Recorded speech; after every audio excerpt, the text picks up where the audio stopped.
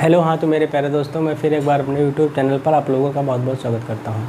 जैसा कि आप लोगों ने देखा था कि लास्ट क्लास में हम लोग क्लास 12 की फिजिक्स चैप्टर वैद्युत धारा तथा चालन पढ़ रहे थे।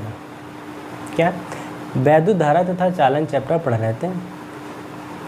अगर हमारी इस वीडियो पर आप लोग नए हों तो सबसे पहले पुरानी वीडियो को ज़रूर देखें, क्योंकि आज की जो क्लास रहेगी वो बहुत ही इम्पोर्टेंट रहेगी। वो क्लास हम पिछली क्लास से रिलेट करेंगे, तो इससे ज़रूरी ही इस वीडियो को देखने से पहले आप ज़रूर पहली वीडियो को मेरी देखें। ये शायद मेरा 5th लेक्चर है वैद्युत धारा तथा चालन का। काफ़ी लंबा चैप्टर है, इसके भी न्यूमेरिकल काफ़ी हैं। तो कुमार मित्तल की बुक से हम एक एक न्यूमेरिकल कराएंगे, थ्योरी एक एक कराएंगे, कोई थ्योरी नहीं छोड़ेंगे, कोई न्यूमेरिकल नहीं छोड़ेंगे। बस आप लोग मेरे साथ बने रहिए अंत तक। आज की क्लास बहुत ही सुपर होने वाली है, बहुत ही इंपॉर्टेंट होने वाली है। तो आप लोग अपनी फेयर कॉपी जिस पे आप लोग नोट्स बनाते अच्छे वो निकाल लीजिए। मेरे साथ हेडिंग लिखिए। आज की जो हेडिंग रहेगी हमारा रहेगी हेडिंग जो प्रतिरोधों का संयोजन करेंगे हम लोग। आज की जो हेडिंग रहेगी सभी लोग लगाइए मेरे साथ, प्रतिरोधों का संयोजन। क्या? प्रतिरोधों का संयोजन। हेडिंग लाइए सभी लोग, प्रतिरोधों का संयोजन। ठीक है। प्रतिरोधों का संयोजन देखिए हम दो प्रकार से करते हैं। पहला कौन सा होता है? पहला होता है श्रेणी क्रम। क्या? श्रेणी क्रम संयोजन। हेडिंग लिखिएगा श्रेणी क्रम संयोजन, इन सीरीज। पहला कौन सी है हमारे पास हेडिंग? In series. तो श्रेणी क्रम संयोजन क्या होता है, प्रतिरोधों को कैसे हम जोड़ते हैं, आइए देखते हैं। पहले हम इसका डायग्राम देखते हैं।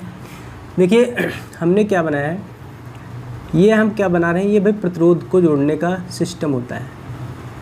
ठीक है, थोड़ा सा आप ड्राइंग अच्छे से बनाना आप लोग, क्योंकि मेरी ड्राइंग इतनी सुंदर है कि मैं ड्राइंग अगर बना दूं तो देखने वाला भी हैरत मान जाएगा।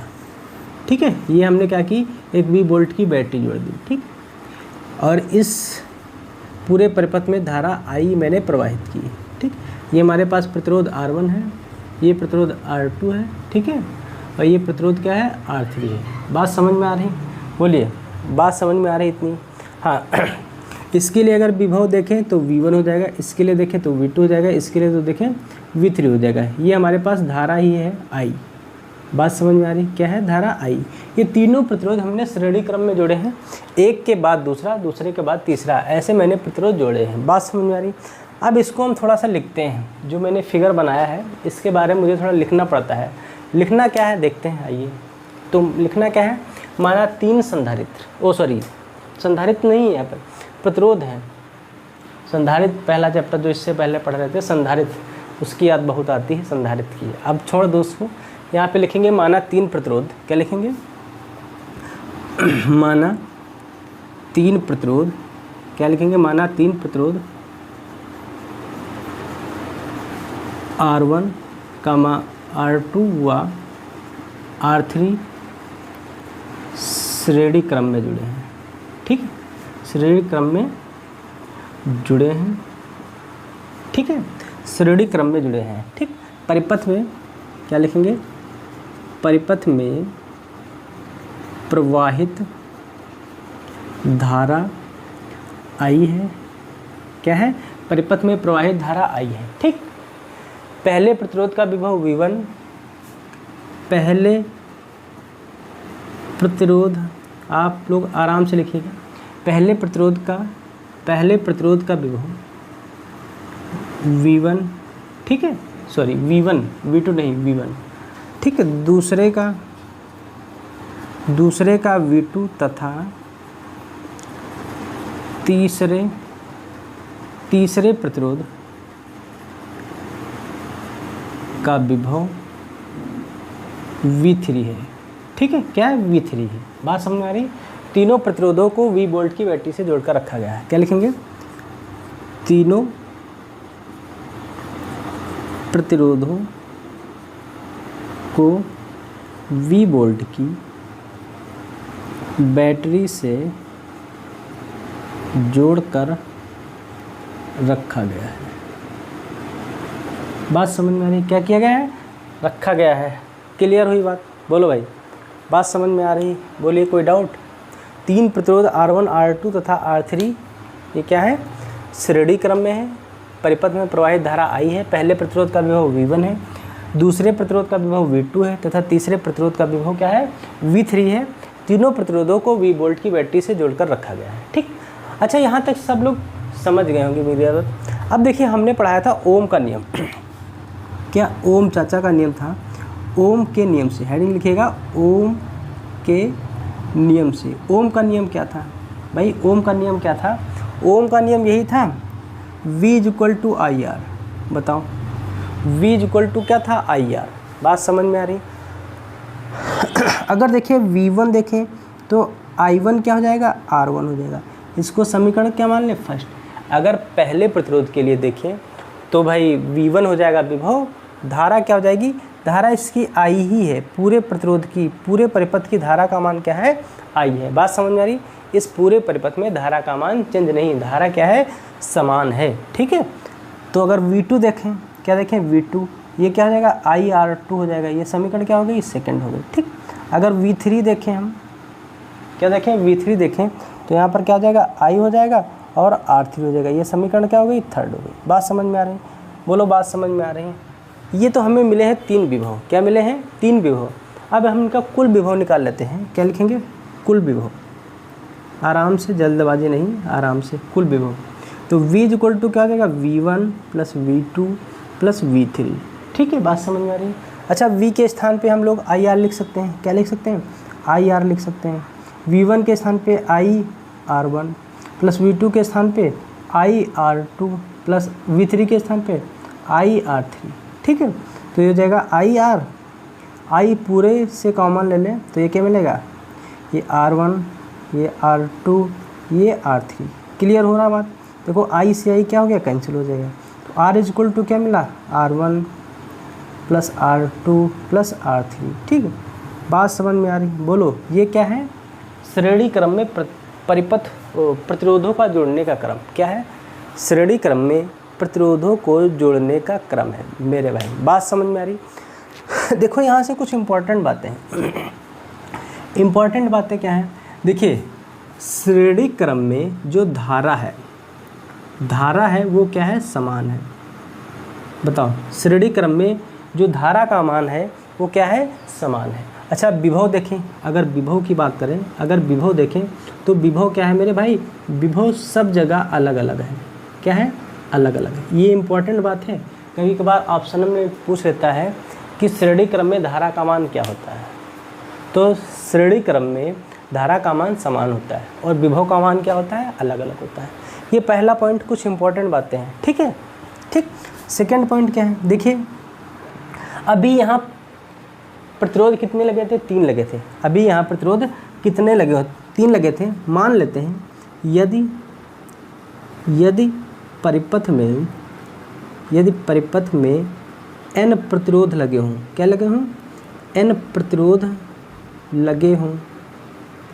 लगे हों तो, ठीक है, तो जो परिणामी प्रतिरोध होगा, जो तुल्य प्रतिरोध होगा, क्या होगा, जो तुल्य प्रतिरोध होगा मेरे भाई, वो क्या होगा, वो होगा R = R1 + R2 + R3 + dash क्या होगा, Rn।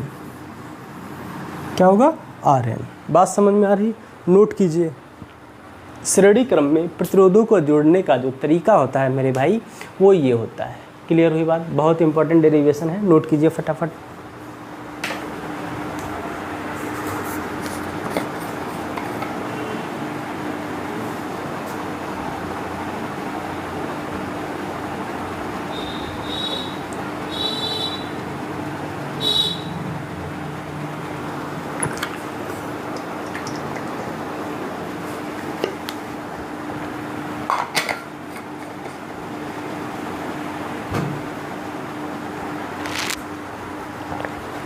हो गया, नोट करते रहिए। आप लोग वीडियो को रोक के भी नोट कर सकते हैं, कोई जल्दबाजी नहीं, आराम से नोट कीजिए, लेकिन नोट ज़रूर कीजिए। लिखना है आपको, बैठ के सुनना नहीं है। फिजिक्स सुनी नहीं जाती है, फिजिक्स लिखी और पढ़ी दोनों जाती है।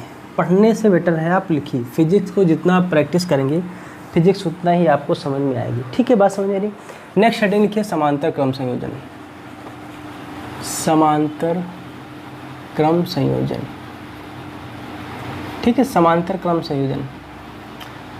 समांतर क्रम संयोजन क्या होता है देखते हैं। देखिए ये मैंने क्या की है, ये V वोल्ट की हमने क्या की, बैटरी लगा दी, समझिएगा, ठीक है। अब देखो समांतर क्रम हम कैसे फिगर बनाते हैं, इसका फिगर देखते हैं थोड़ा सा। हाँ, फिगर हमसे इतना सुंदर बनता नहीं है क्योंकि हमारी ड्राइंग इतनी खूबसूरत है कि फिगर देख के शर्मा जाता है हमको, ठीक है। फिगर देख के क्या होता है, शर्मा जाता है हमको, क्योंकि हम ड्राइंगें इतनी स्मार्ट बनाता हूँ, है ना। ये देखिए धारा आई, ये धारा है आई मेरे भाई, ये धारा क्या है, आई है। यहाँ से धारा चेंज हो जाएगी, ये धारा I1 हो जाएगी, ये धारा I2 हो जाएगी, ये धारा क्या हो जाएगी, I3 हो जाएगी, ठीक। इसके लिए प्रतिरोध R1 हो जाएगा, इसके लिए प्रतिरोध R2 हो जाएगा, इसके लिए प्रतिरोध R3 हो जाएगा, ठीक है। ये धारा यहाँ तक I1 ही रहेगी, ये धारा यहाँ तक I2 ही रहेगी, और ये धारा यहाँ तक I3 रहेगी। फिर यहाँ पर धारा ये I बनकर आगे प्रवाहित होगी। क्लियर हो रही बात नहीं। इस पूरे परिपथ के लिए विभव का मान V रहेगा। बात समझ में आ रही। इस पूरे परिपथ के लिए विभव का मान क्या रहेगा, V रहेगा। क्लियर हुई बात कि नहीं। हाँ, इतनी बात आपको लोग डायग्राम में बनानी है। इसी को हम लिखेंगे जो बनाया है, ठीक। तो लिखेंगे क्या, माना 3 प्रतिरोध, क्या लिखेंगे, माना 3 प्रतिरोध R1, R2 व R3 समांतर क्रम में V वोल्ट की बैटरी के साथ जोड़कर रखा गया है, ठीक है।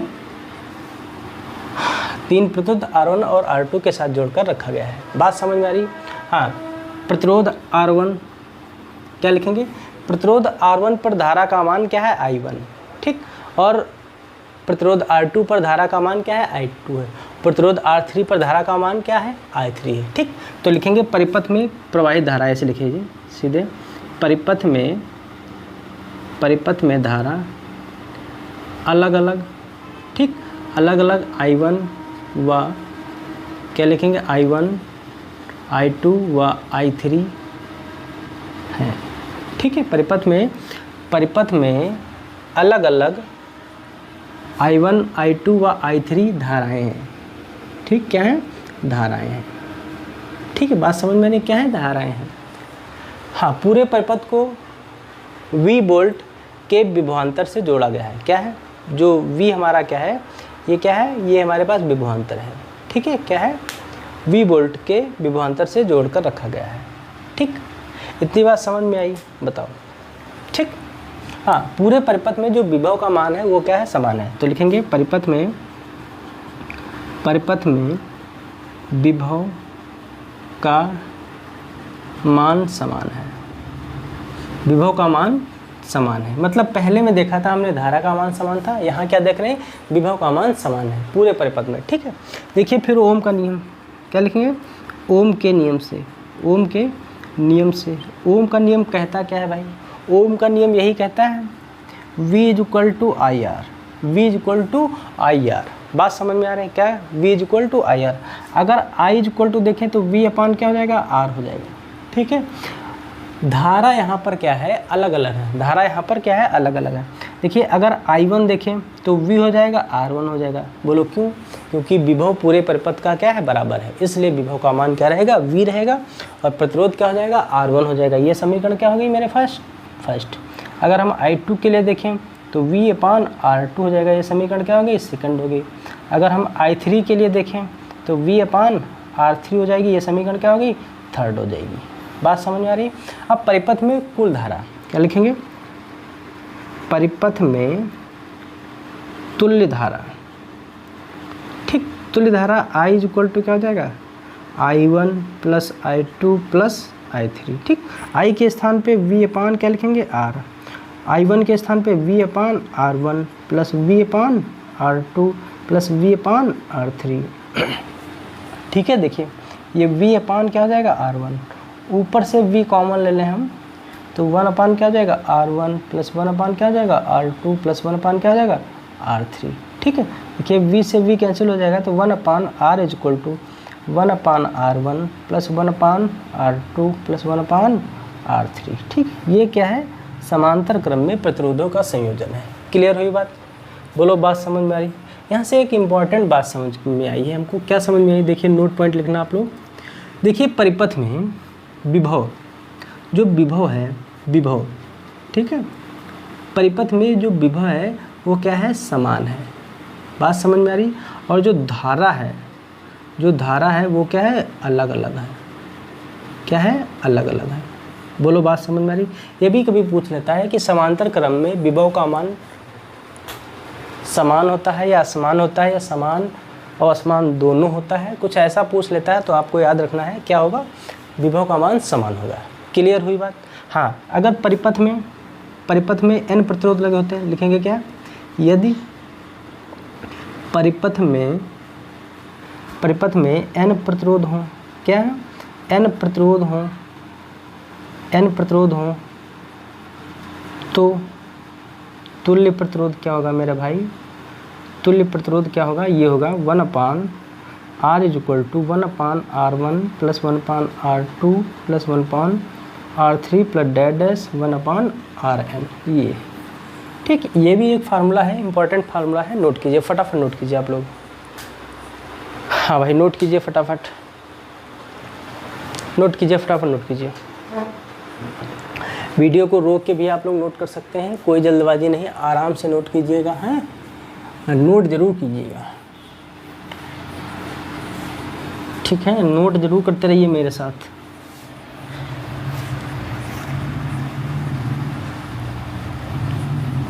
हो गया? ठीक, नेक्स्ट हेडिंग लगाइए, वैद्युत ऊर्जा। क्या, वैद्युत ऊर्जा। देखिए वैद्युत ऊर्जा है क्या, इलेक्ट्रिक करंट है क्या। देखिए हमने बताया था आपको, हमने लिया था, थोड़ा सा डायग्राम से समझते हैं इलेक्ट्रिक करंट को। ये हमने क्या, क्योंकि हमारी ड्राइंग नहीं सही है यार, ठीक है। ये हमारे पास कोई चालक है, इस चालक की लंबाई क्या है, स्मॉल l है, ठीक। इस चालक को हमने क्या किया, V वोल्ट की बैटरी से क्या किया, जोड़ दिया। इस चालक को जब हमने V वोल्ट की बैटरी से जोड़ दिया तो इसमें इलेक्ट्रिक फील्ड उत्पन्न हो जाता है, वैद्युत क्षेत्र उत्पन्न हो जाता है। जो वैद्युत क्षेत्र उत्पन्न हो जाता है तो इस चालक में जो इलेक्ट्रॉन होते हैं वो क्या होते हैं, गतिशील हो जाते हैं। क्या हो जाते हैं, गतिशील हो जाते हैं, ठीक। जो इलेक्ट्रॉन होते हैं वो क्या हो जाते हैं, गतिशील हो जाते हैं, ठीक। इलेक्ट्रॉन क्या हो जाएंगे भाई, गतिशील हो जाएंगे, ठीक है। इलेक्ट्रॉन क्या हो जाएंगे, गतिशील हो जाएंगे। और जब गतिशील हो जाएंगे तो वे एक दूसरे से क्या होंगे, टकराएंगे। क्या होंगे, टकराएंगे। बात समझ रहे हैं, टकराएंगे। जो टकराते हैं इलेक्ट्रॉन जब टकराएंगे तो इनकी जो एनर्जी होगी वो धीरे धीरे क्या हो जाएगी, लॉस हो जाएगी। टकराने के बाद इनकी एनर्जी जो इलेक्ट्रॉनों की होगी वो लॉस हो जाएगी। जो एनर्जी लॉस होगी वो मिलेगी कहाँ से, तो वो जो बैटरी हमने जोड़ कर रखी है, इस बैटरी से ये इलेक्ट्रॉन ऊर्जा प्राप्त कर सकते हैं। क्या प्राप्त करते हैं, ऊर्जा प्राप्त करते हैं। बात समझ में नहीं, ऊर्जा क्या करते हैं, इन बैटरी से प्राप्त करते रहते हैं और इसी ऊर्जा को क्या कहते हैं, वैद्युत ऊर्जा। आप समझिए थ्योरी में कैसे लिखेंगे। जब किसी चालक को बैटरी से जोड़ा जाता है, क्या लिखिए आप लोग, लिखिए जब किसी चालक को बैटरी से जोड़ा जाता है। क्या, जब किसी चालक को बैटरी से जोड़ा जाता है तो चालक में उपस्थित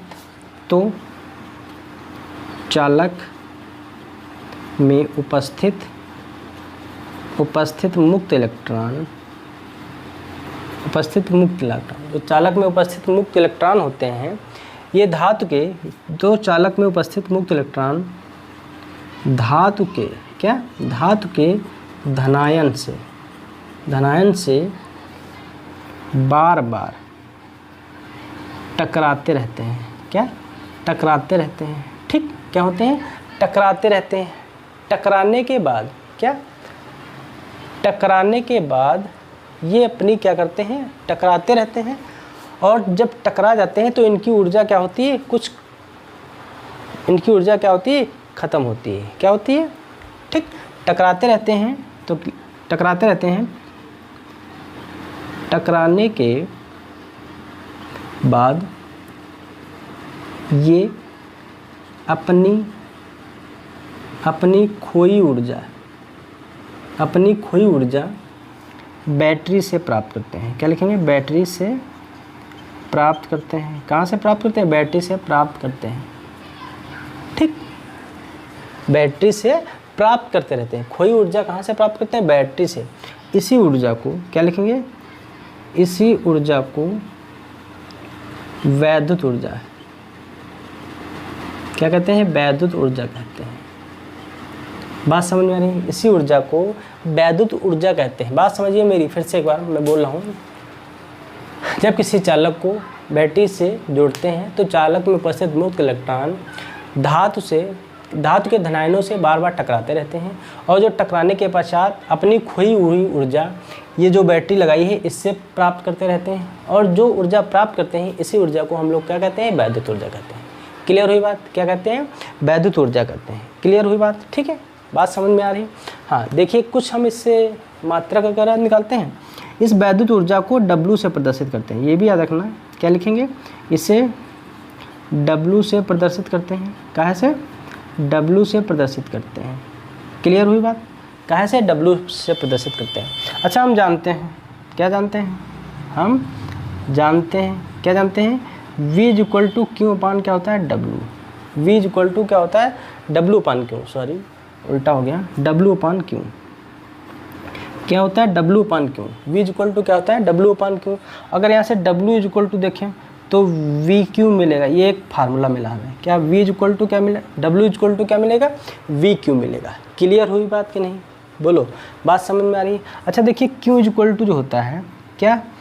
Q इक्वल टू जो होता है वो होता है IT। Q के स्थान पे रखेंगे तो W इक्वल टू क्या मिलेगा? VIT। एक ये फार्मूला मिला है। समझते जाना, फार्मूला हम कहाँ से बना रहे हैं? फार्मूले ही इंपॉर्टेंट हैं, क्योंकि इनसे ही हमें क्या करने मिलेंगे? न्यूमेरिकल मिलेंगे। न्यूमेरिकल में अगर फार्मूले हम डायरेक्ट बताएंगे तो आपको समझ नहीं आएगा। ठीक, तो इसलिए सारे फार्मूले अभी से देखते जाइए कैसे हम बना रहे हैं। ठीक, V इक्वल टू क्या होता है? IT। ठीक, सॉरी, Q इक्वल टू क्या होता है? IT। तो Q के स्थान पे क्या लिख दिया? IT। तो क्या आएगा? W equal to VIT। बोलो, समझ में आ रहा है? हाँ, फिर देखिए क्या होता है? V इक्वल टू होता है IR। क्या होता है? V इक्वल टू होता है IR। रखिए V के स्थान पे, तो W इक्वल टू क्या हो जाएगा? V के स्थान पे हो जाएगा IR और इनटू में IT हो जाएगा। तो ये क्या हो जाएगा? W इक्वल टू हो जाएगा I² RT। एक ये फार्मूला मिला। ठीक, फार्मूले थोड़ा सा देखिए हम कैसे बना रहे हैं। थोड़ा सा फार्मूला ही इंपॉर्टेंट है, बहुत इंपॉर्टेंट है, क्योंकि इनसे हमें करने को मिलेगा क्या? न्यूमेरिकल। बात समझ में आ रही? देखिए, V इक्वल टू क्या होता है? IR होता है। ठीक, क्लियर हुई बात कि नहीं? बोलो भाई, क्लियर हुई बात कि नहीं? ठीक, अगर देखिए यहाँ से अगर हम I इक्वल टू निकालें तो V अपान R लिख सकते हैं। क्या लिख सकते हैं? V अपान R लिख सकते हैं। रखो भाई, तो W इक्वल टू हो जाएगा V के स्थान पे, तो V स्क्वायर हो जाएगा, नीचे हो जाएगा R स्क्वायर, इनटू में RT हो जाएगा। देखो R और स्क्वायर कैंसिल हो जाएगा, तो W इक्वल टू बचेगा, W इक्वल टू बचेगा V square R, V square T अपान R, V स्क्वायर T अपान में R। एक ये फार्मूला मिला है। ये हमें काहे के मिल रहे हैं? ये सब वैद्युत ऊर्जा के ही फार्मूले मिल रहे हैं। काहे के मिल रहे हैं? वैद्युत ऊर्जा के ही फार्मूले मिल रहे हैं। क्लियर हुई बात? अब देखिए वैद्युत ऊर्जा के कितने फार्मूले मिले। तो W इक्वल टू क्या लिख सकते हैं? VQ। ठीक, इक्वल टू VIT। ठीक, इक्वल टू I² RT। ठीक, इक्वल टू V² T अपान में R। ठीक, ये मेरे भाई काहे के हैं? ये वैद्युत ऊर्जा के ही फार्मूले हैं। ये आपको याद रखने होंगे, नोट कीजिए फटाफट। बहुत इंपॉर्टेंट फार्मूले हैं, बहुत इंपॉर्टेंट फार्मूले। हाँ, नोट कीजिए भाई, नोट करते रहिए, फटाफट नोट कीजिए यार।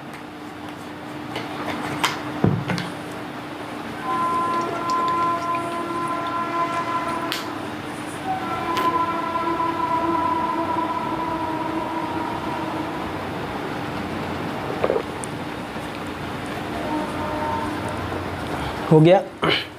हाँ, नोट जरूर करते रहिए मेरे साथ। वैद्युत ऊर्जा क्या है? वैद्युत ऊर्जा एक एक थ्योरी कराएंगे, एक एक डेरिवेशन कराएंगे, कोई थ्योरी वोरी नहीं छोड़ेंगे। आप लोग नोट जरूर कीजिए मेरे साथ। आज की क्लास बड़ी ही इम्पोर्टेंट है, नोट करना ना भूलें। ठीक है, अगली हेडिंग लिखिएगा मेरे साथ, वैद्युत ऊष्मा। क्या लिखेंगे? वैद्युत ऊष्मा। ठीक है, वैद्युत ऊष्मा। देखिए अभी हमने पढ़ा था वैद्युत ऊर्जा। वैद्युत ऊर्जा क्या थी? जब किसी चालक को V वोल्ट की बैटरी से जोड़ा जाता है तो चालक में उपस्थित धनायन धातु के चालक में उपस्थित मुक्त इलेक्ट्रॉन धातु के धनायनों से टकराकर बार बार अपनी ऊर्जा खोते रहते हैं, और जो ऊर्जा खोते हैं ये ऊर्जा पाते कहाँ से, जो बैटरी जोड़ी उससे प्राप्त करते रहते हैं। इसी ऊर्जा को हम लोग क्या करते हैं, वैद्युत ऊर्जा कहते हैं। यहाँ पे थोड़ी सी मुझे और बात बढ़ानी है, जो इलेक्ट्रॉन टकराते हैं, टकराने के पश्चात जो उष्मा प्राप्त करते हैं या जो उष्मा उत्पन्न होती है, उसी उष्मा को हम लोग क्या बोलते हैं, वैद्युत उष्मा। थोड़ी सी बात बढ़ानी है आगे, देखिए क्या लिखेंगे, जब किसी चालक को क्या लिखेंगे, जब किसी चालक को बैटरी से जोड़ा जाता है तो चालक में उपस्थित मुक्त इलेक्ट्रॉन धातु के धन आयनों से टकराकर अपनी ऊर्जा खोते रहते हैं। क्या खोते रहते हैं? खोई ऊर्जा उष्मा के रूप में प्राप्त होती है। क्या? जो ऊर्जा नष्ट करते रहते हैं, ठीक है, या टकराकर अपनी ऊष्मा खोते रहते हैं। क्या लिखेंगे? टकराकर, बार बार टकराकर अपनी ऊर्जा नष्ट करते रहते हैं। क्या लिखा है?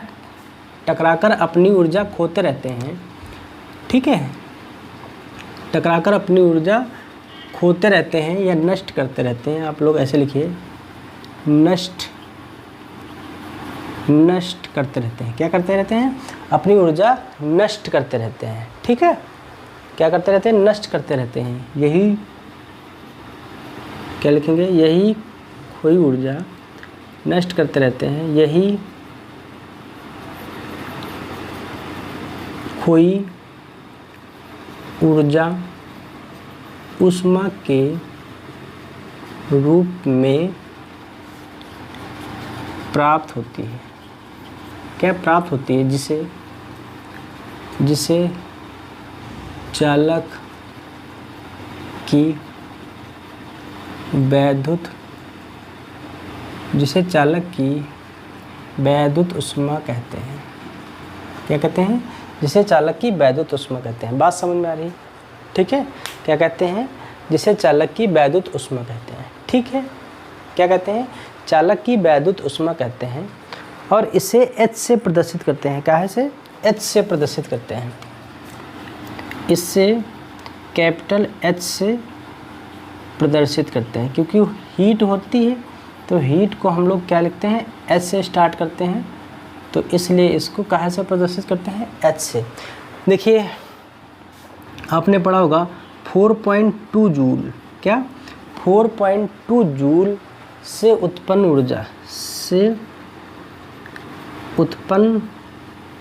ऊर्जा, वो ऊर्जा होती कितनी है? वो होती है 1 कैलोरी। क्या होती है? 1 कैलोरी। ये 4.2 जूल से, अगर 1 जूल से देखें तो क्या लिखेंगे? 1/4.2 कैलोरी। क्या लिखेंगे? 4.2 कैलोरी। क्लियर हो रही कि नहीं? बात समझ में आ रही है? अगर यहाँ से हम HQ जूल लिखें, क्या लिखें? HQ joule is equal to, तो क्या लिखेंगे? HQ/4.2 calorie. क्या लिखेंगे? सॉरी, H नहीं, VQ। क्या लिखेंगे? VQ लिखेंगे, H नहीं, माफ़ कीजिए थोड़ा सा। यहाँ पे क्या लिखेंगे? VQ is equal to 4/4.2 calorie, ठीक है। क्या लिखेंगे? थोड़ा सा ये थ्योरेटिकल नहीं है, आप ध्यान रखिएगा, ये बहुत ही कैलकुलेटेड इम्पॉर्टेंट चीज़ है, इस पे थोड़ा ध्यान दीजिएगा आप लोग, ठीक है। हाँ देखो, हमें मिला क्या है? हमें मिला है VQ is equal to VQ/4.2 calorie, ठीक है। अब देखिए इससे हम फार्मूला बनाते हैं, H इज इक्वल टू, अभी भी हमने पिछली हेडिंग जो पढ़ी थी वैद्युत ऊर्जा, कौन सी पढ़ी थी? वैद्युत ऊर्जा। तो वैद्युत ऊर्जा में हमने क्या लिखा था? हमने लिखा था W इज इक्वल टू, जो ऊर्जा होती है वो हमें उष्मा के रूप में प्राप्त होती है। जो खोई हुई ऊर्जा होती है वो उष्मा के रूप में प्राप्त होती है। तो W is equal to, first formula भी लिखा था लास्ट हेडिंग में जो पढ़ा चुका हूँ, W is equal to V Q, sorry W is equal to क्या लिखा था, वी क्यू। अच्छा ये ऊर्जा है, ये ऊर्जा खो देते हैं इलेक्ट्रॉन, जब खो देते हैं तो ये हमें काहे में प्राप्त होती, उष्मा के रूप में, तो उसी को हम क्या लिखेंगे, एच क्यू। तो क्या लिखेंगे, V H is equal to V Q upon में 4.2, ठीक, इज इक्वल टू, फिर हमने क्या लिखाया था, फिर दूसरा जो फार्मूला था लिखा था वी आई टी अपॉन में 4.2, ठीक है, इज इक्वल टू, फिर क्या था हमारे पास आई स्क्वायर आर टी अपॉन में 4.2। क्लियर हो रही बात, नहीं क्लियर हो रही बोलो भाई, बात समझ में आ रही। हाँ, फिर क्या था, वी स्क्वायर टी अपॉन में 4.2 आर, ये था नहीं था, ये सब काहे में है, ये सब उष्मा के फार्मूले हैं। ये काहे के फार्मूले हैं, उष्मा के, और किस में है, कैलोरी में। नोट कीजिए, बहुत इम्पोर्टेंट बात है, बहुत ही इम्पोर्टेंट बात है, ठीक है, नोट कीजिए, नोट कीजिए, फटाफट नोट कीजिए, नोट कीजिए भाई।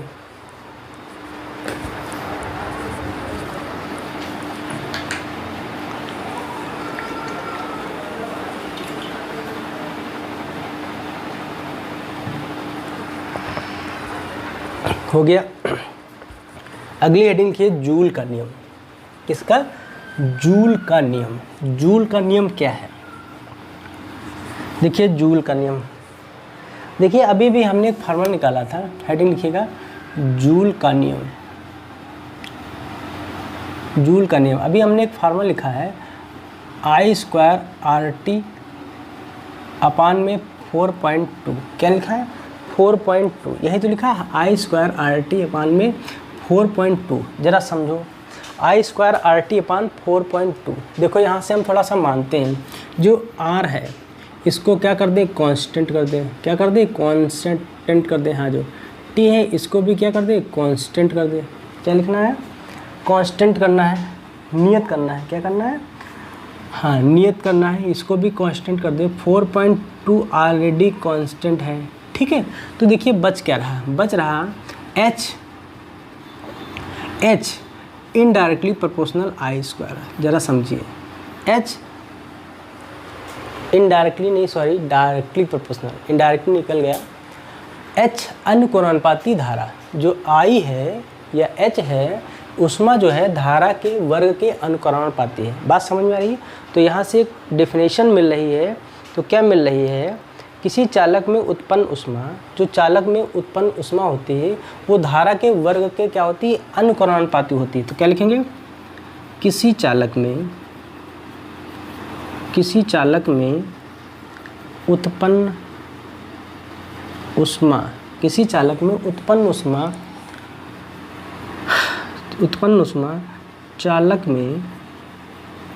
चालक में प्रवाहित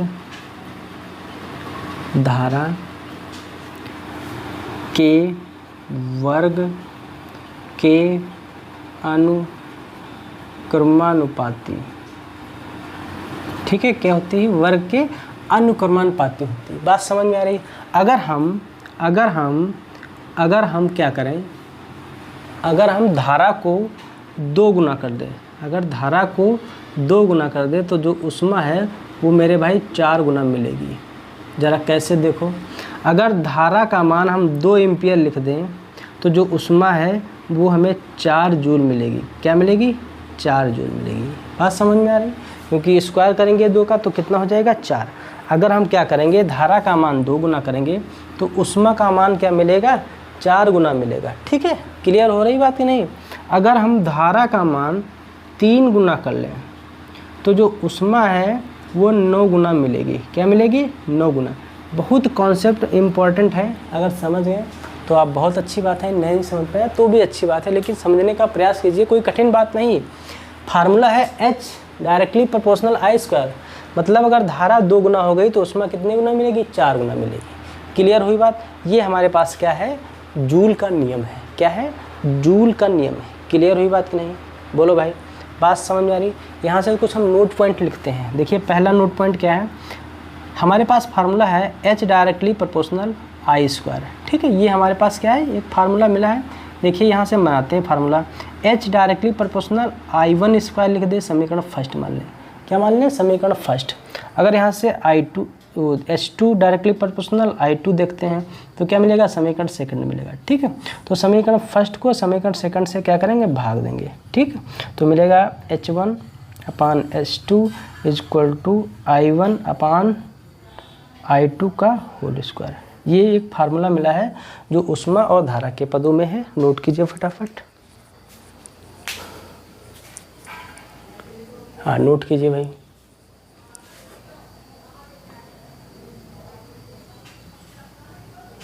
नोट कीजिए, बहुत इंपॉर्टेंट।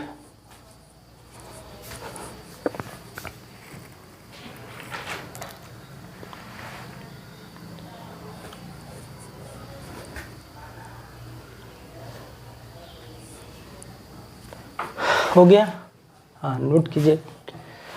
ठीक है, नेक्स्ट शेड्यूल लिखिए, हीटर के तार से कम समय में जल को गर्म करना। नेक्स्ट शेड्यूल लिखिएगा, लिखिए हीटर के तार से कम समय में जल गर्म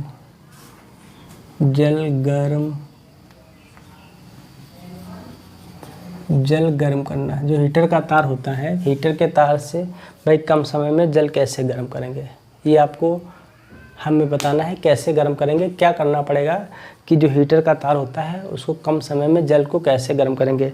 ठंडक में आप लोग तार से, वो हीटर से आप लोग पानी गर्म करते हैं, तो वो मुझे बताना है। देखिए फार्मूला क्या है, H is equal to V square T upon में 4.2 R। क्या है, H is equal to V square T upon 4.R। Clear हुई बात। अच्छा देखो, हमें क्या करना है, हमें यहाँ से निकालना होगा कम समय में, मतलब समय और हीटर के तार, मतलब रेजिस्टेंस से हमें यहाँ पे मतलब हो रहा बात। तो देखो हम इसको फार्मूले थोड़ा रिमूव कर रहे हैं, तो H इंटू में 4.2 R is equal to V square into में T लिख सकते हैं। बोलो, लिख सकते हैं, नहीं लिख सकते हैं। हमें निकालना क्या है, रेजिस्टेंस। क्या निकालना है, रेजिस्टेंस निकालना है। ठीक है, क्या निकालना है, रेजिस्टेंस निकालना है। तो करना क्या पड़ेगा, देखिए T इक्वल टू हम लोग लिख सकते हैं, यहाँ से अगर लिखना चाहें, यहाँ से अगर T इक्वल टू लिखें हम, तो H इंटू में 4.2 R अपान में वी स्क्वायर लिख सकते हैं। देखो थोड़ा सा फार्मूले को हम बना रहे हैं। यहाँ पे अगर हम H को क्या कर दें, नियत कर दें। ठीक, क्या कर दें, नियत कर दें। 4.2 नियत है, क्या है, नियत है। R भी क्या कर दें, नियत कर दें। तो हमें मिलेगा क्या, तो हमें मिलेगा T indirectly proportional V upon V square. क्या मिलेगा, T indirectly proportional 1 upon V square, 1 upon V square. मतलब क्या है, मतलब इसका ये है कि अगर टाइम कम हो या टाइम कम हो तो विभव का मान क्या होगा। देखिए अगर समय हमारे पास कम है तो विभव को हमें क्या करना पड़ेगा, ज़्यादा रखना पड़ेगा। ठीक है, विभव को क्या करना पड़ेगा, ज़्यादा करना पड़ेगा, तो पानी जल्दी गर्म हो जाएगा। बात समझ में आ रही, उसका वोल्टेज बढ़ा दो तो पानी क्या हो जाएगा, जल्दी गर्म हो जाएगा। अगर समय हमारे पास समय ज़्यादा है, ठीक है, तो विभव क्या कर दो, कम कर दो। बात समझ में आ रही, तो विभव क्या कर दो, कम कर दो, तो पानी क्या हो जाएगा, आसानी से गर्म हो जाएगा। बात समझ में आ रही, बोलिए। अगर विभव हमारे पास कम है तो टाइम को क्या कर दो, बढ़ा दो। क्लियर हुई बात कि नहीं, बोलो, बात समझ में आ रही। इस कॉन्सेप्ट के माध्यम से हम समझते हैं कि तार, हीटर के तार से कम समय में जल को कैसे गर्म करते हैं। क्लियर हुई बात कि नहीं, बात समझ में आ रही। तो देखिए, हाँ फार्मूला हम खुद बनाते हैं। T, अगर T1 इनडायरेक्टली प्रोपोर्शनल 1 अपॉन क्या मान ले, V1 स्क्वायर। भाई इसको ये भी तो मान सकते हैं, बोलो मान सकते हैं कि नहीं मान सकते। इसको समीकरण क्या मान ले, फर्स्ट मान ले। तो T2 indirectly proportional 1 upon V2 square, इसको क्या मान ले, सेकंड मान ले। समीकरण फर्स्ट को समीकरण सेकंड से क्या कर दें, भाग दे दें, तो मिलेगा क्या, T1 upon T2 is equal to V2 square upon V1 square. ये क्या है में है, ये समय और विभव के बीच में क्या है, फार्मूला है। ये क्या है, समय और विभव के बीच में क्या है भाई, फार्मूला है। नोट कीजिए, सॉरी V1/V2 क्या हो जाएगा, V1/V2। नोट कीजिए भाई। कम समय में तार को कैसे, कम समय में हीटर के तार से पानी को कैसे गर्म किया जाता है।